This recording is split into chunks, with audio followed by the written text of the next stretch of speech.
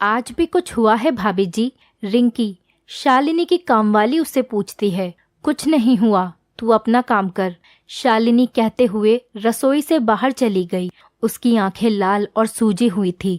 जिस मुंह को उसने दुपट्टे से पल्ला रख के ढक रखा था, उसमें से उसके गालों पर पड़े निशान उसकी कहानी बयां कर रहे थे। उसका शरीर उसका साथ नहीं दे रहा था, जैसे थक गया हो। फिर भी उसने सब घर वालों का नाश्ता बनाया।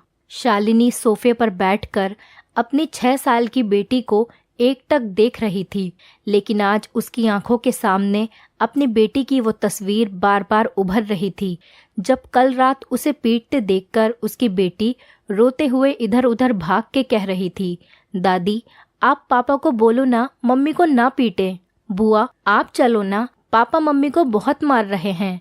फिर वो अपने पापा से बोली, पापा प्लीज मम्मी को छोड़ दो। लेकिन विवेक अपने गुस्से में कहाँ किसी की सुनता है। उसकी आंखों में आंसू आ गए और वो फपक के रोने लगी। तभी रिया के छोटे छोटे हाथों ने उसे समेट लिया। माँ आप मत रो, जब मैं बड़ी हो जाऊंगी मैं पापा को बहुत डांटूंगी। शालिनी कुछ देर उसे गले लगा के रोती रही, फिर अपने आप को संभालते हुए बोली, जाओ आप अपने कमरे में बैठकर पढ़ लो। रिया के वहां से जाते ही शालिनी अतीत की यादों में खो गई। कितने अरमानों से शालिनी की शादी उसके माँ बाप ने विवेक के साथ की। शालिनी के माता पिता बहुत ही संस्कारी थे और उतने ही सीधे भी। शालिनी को विवेक ने एक शादी में देखा था, जिसके बाद से ही वो 2 साल तक उसके घर वालों के पीछे पड़ा रहा शादी के लिए। शालिनी उस वक्त एमए फर्स्ट ईयर में ही गई थी। वो अपनी पढ़ाई पूरी करना चाहती थी, इसीलिए उसने शादी के लिए मना कर दिया था। विवेक अपने घर वालों को भेजता रहा रिश्ते को हाँ करवाने के लिए। ये सब देखकर कई बार शालिनी की माँ बोल पड़ती, कितना पीछे पड़ा है वो तेरे, अभी मना करने के बावजूद भी कहीं शादी नहीं करना चाहता। भाई हमें तो लड़का भा गया, तू हाँ करे तो हम भी हाँ कहें, खुश रखेगा वो तुझे। शालिनी की पढ़ाई पूरी होते ही रिश्ते को हाँ कर दिया। शादी के 10 दिन बाद ही उसके गाल पर पहले थप्पड़ ने ही उसके प्रति विवेक के प्यार का इजहार कर दिया था। छोटी सी बात तो थी। जब विवेक की माँ ने कहा, भाई पता नहीं विवेक हमारी गुड़िया इतना काम करती है, लेकिन पता नहीं लोग अपनी लड़कियों को काम करना नहीं सिखाते क्या? तेरी जिद की वजह से शादी कर दी तो क्या अब हमें बहू का सुख भी नहीं मिलेगा? विवेक बोला, शालिनी माँ क्या कह रही है? ऐसा कौन सा काम है घर में जो तुमसे नहीं हो पाता? इससे पहले शालिनी कुछ बोलती, सासू माँ बोली, अब ये तो कहेगी मैं काम करती हूँ और तू भी इसकी खूबसूरती पर लट्टू होकर हाँ में हाँ मिला देगा। चल गुड़िया काम शुरू करें हम तो। आह मेरे पैरों का दर्द। लेकिन कहते ही शालिनी के कान और दिमाग सुन हो गया। उसे समझ नहीं आया क्या हुआ। विवेक बोला, सुबह सुबह दिमाग खराब कर दिया। सिर्फ खूबसूरती से काम नहीं चलेगा मैडम, अपनी जिम्मेदारियां समझो और आज के बाद ये सब कलेश नहीं चाहिए मुझे। कहते हुए विवेक ऑफिस चला गया। वो पहला थप्पड़ था जो उस दिन शालिनी को गाल पर नहीं उसकी आत्मा पर पड़ा था। शालिनी पूरा दिन रोती रही, घर का काम भी करती रही, यूं ही निढाल सी। लेकिन किसी ने उसे ये भी नहीं पूछा कि खाना खाया कि नहीं। किसी ने 2 शब्द प्यार से भी नहीं बोला। उसके घर में काम करने के बाद भी ये जताते रहे कि थप्पड़ मार के उनके लड़के ने अपने आप को जोरू के गुलाम के लेबल से बचा लिया। आज उसने मर्द होने का प्रमाण दिया। शालिनी ने शाम को अपनी माँ को फोन किया, लेकिन जैसे ही वो बोली, माँ ये घर हमारे घर से बिल्कुल अलग है, क्या पापा ने कभी आपको थप्पड़ मारा है? तभी वहां से माँ सकपकाहट के साथ बोली, शालिनी बेटा ये सब छोटा मोटा तनाव हर घर में होता है, अभी नई नई गृहस्थी है, धीरे धीरे सब ठीक हो जाएगा। तेरे पापा का स्वभाव नरम है, लेकिन कहा सुनी तब भी हो ही जाती है। दामाद जी अच्छे हैं, गलती से हाथ उठा दिया होगा। बेटा थोड़ा सहन करना पड़ता है गृहस्थी के लिए, हमने तुम्हें डोली में भेजा है। लेकिन ये सुनते ही शालिनी ने फोन काट दिया। उसे समझ आ गया था कि माँ आगे क्या बोलेगी। आज 10 साल में उसे अब याद भी नहीं कि वो हर छोटी बात के लिए कितना पिटी। आज भी विवेक वैसा ही है, किसी भी बात का सॉल्यूशन सिर्फ थप्पड़। 2-3 दिन बाद सॉरी बोल दिया, बाहर डिनर कर लिया, चलो तुम्हारी पसंद की ड्रेस ले लेते हैं। अरे यार ऑफिस का प्रेशर था, तुम तो जानती हो माँ को, वो तो ऐसी ही रहेंगी, लेकिन तुम तो समझदार हो। गुड़िया तुम्हारे रहते भी काम करे तो भाभी होने का क्या मतलब। यही सब कहता था बाद में, अपनी बात को ऊपर रखने के लिए, लेकिन उस थप्पड़ का जिक्र भी नहीं होता था। उसके बाद शालिनी क्या महसूस करती थी इस बात का कोई मतलब नहीं था। शालिनी भी कुछ नहीं कहती थी। उसे डर रहता था कि अभी अभी बात संभली है, कहीं मेरे कुछ कहने से फिर किसी बात पर विवेक नाराज न हो जाए या फिर मारपीट हो जाए। लेकिन उस थप्पड़ की गूंज आज भी उसके कानों में गूंजती है। अभी वो ये सब सोच ही रही थी कि आवाज आई, शालिनी नाश्ता नहीं बनाया क्या? अभी भूख लग रही है, गुड़िया का पकोड़े खाने का मन है, पकोड़े बना दो, सासू माँ बोली। शालिनी कुछ नहीं बोली। 20 मिनट बाद सासू माँ अपने कमरे से बाहर निकली, रसोई में झांकते हुए। रिंकी पकोड़े तू क्यों बना रही है? शालिनी कहाँ है? सासू माँ बोली, भाभी की तबीयत ठीक नहीं है, मैं बना रही हूँ, वो भी आराम से खा लेंगी माँ जी।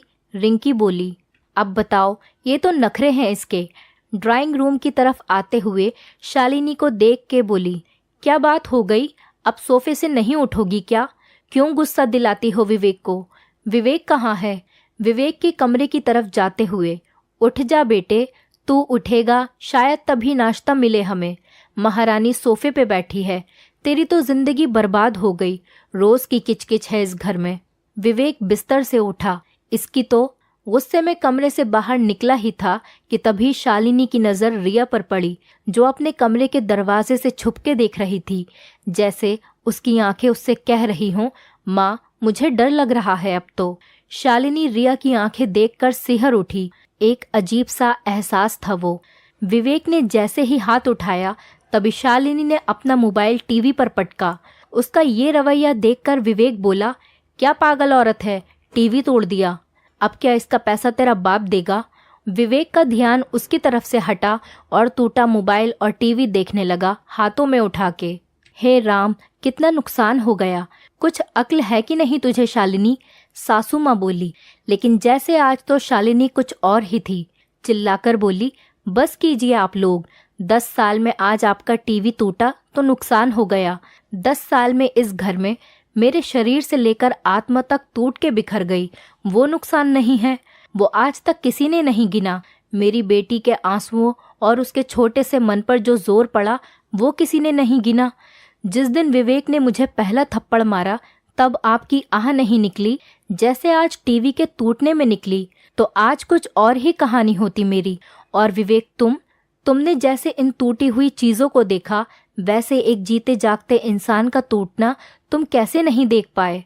तुम्हारी टूटी हुई चीजों की कीमत तो मेरे पापा मांगने पर भी दे देंगे, लेकिन मेरे टूटने की कीमत कौन देगा? तुम्हारी माँ। दे पाओगे तुम? मेरी माँ ने कहा था धीरे धीरे सब ठीक हो जाएगा, और उस ठीक होने का मैं पिछले 10 साल से इंतजार करती रही हूँ। कितनी बेवकूफ़ थी मैं। तुम्हें तो मुझे मार पीट कर अपने मर्द होने का एहसास मिलता हो, लेकिन मुझे अब और सहन करके तुम्हारे घर की अच्छी बहू होने का खिताब नहीं चाहिए। मैं अपनी बेटी के सामने अपने आप को कमज़ोर दिखाकर उसे कमज़ोर नहीं बना सकती। अगर अब मैंने सहन कर लिया तो कल को रिया भी किसी आदमी से पिटने को अपना भाग्य मान लेगी। ऐसा है, ज्यादा बोल रही है ना, तो निकल जा इस घर से अभी। विवेक बोला, मैं घर से निकल जाऊं? क्यों? अगर मैं एक बार अपनी आवाज को बुलंद कर दूं तो तुम्हें इस घर से निकलना पड़ेगा। बाहर निकलने की देर है तो बोलो मैं बाहर जाऊं, या तुम लोग अपनी गलतियों का पश्चाताप करोगे। और आज के बाद अगर मुझे किसी ने भी हाथ लगाया तो मजबूरन मुझे कानूनी अधिकार मांगने पड़ेंगे। शायद जो आप जैसे पढ़े लिखे समाज में शरीफ बनकर रहने वाले लोग नहीं चाहेंगे। शालिनी बोली। विवेक को शालिनी का ये सब कहना अच्छा नहीं लगा। उसका मेल ईगो कैसे उसका बोलना बर्दाश्त करता।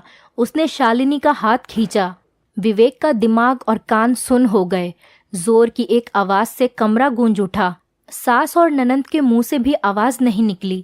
शालिनी के तेवर देखकर आज तो सबका ईगो, जुबान, ताने सब एकाएक शांत हो गए। शालिनी ने आवाज लगाते हुए कहा, रिंकी पकौड़े ले आना, मेरे और रिया के लिए, भूख लगी है। शालिनी आज समझ चुकी थी, अत्याचार करने वाले से ज्यादा उसको सहने वाला बुरा होता है। वो वैसे भी सब अच्छा करने के बाद भी एक बुरी बहू और बुरी पत्नी ही रही।